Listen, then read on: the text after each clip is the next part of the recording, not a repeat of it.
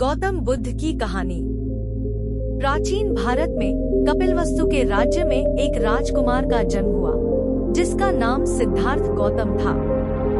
राजा शुद्धोधन और रानी माया के पुत्र सिद्धार्थ के जन्म के समय ज्योतिषियों ने भविष्यवाणी की थी कि वह या तो महान राजा बनेंगे या महान आध्यात्मिक गुरु। राजा ने चाहा कि उनका पुत्र एक शक्तिशाली राजा बने, इसलिए उन्होंने सिद्धार्थ को हर प्रकार के दुख और कष्ट से दूर एक भव्य महल में रखा।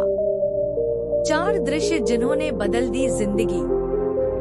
सिद्धार्थ विलासिताओं से भरे जीवन में बड़े हुए।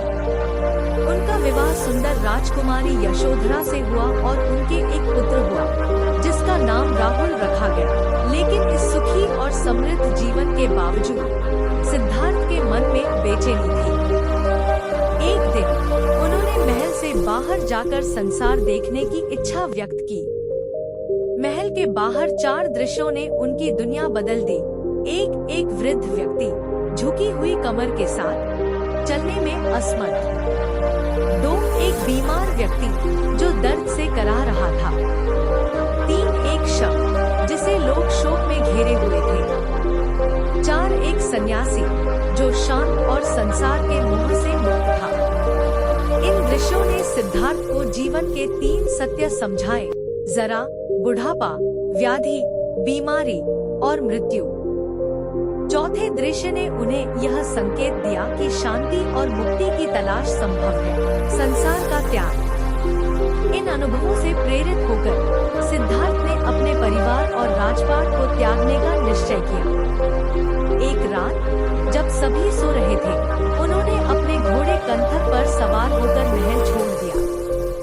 यह त्याग उनके जीवन का सबसे बड़ा कदम था। इसे इतिहास में महाभिनिष्क्रमण के नाम से जाना जाता है। ज्ञान की खोज। सिद्धार्थ ने वर्षों तक कठोर तपस्या की, कई गुरुओं से शिक्षा ली, लेकिन उन्हें पूर्ण शांति नहीं मिली। अंततः वह बोधगया पहुँचे, जहाँ उन्होंने बोधि वृक्ष के नीचे ध्यान लगाया। कई दिनों तक ध्यान में रहने के बाद उन्हें पूर्ण ज्ञान की प्राप्ति हुई।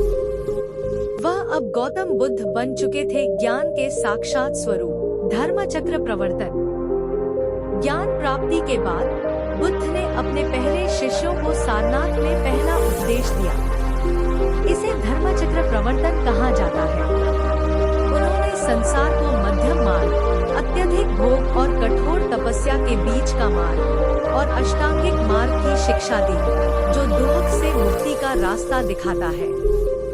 गौतम बुद्ध का जीवन करुणा, त्याग और ज्ञान का प्रतीक है।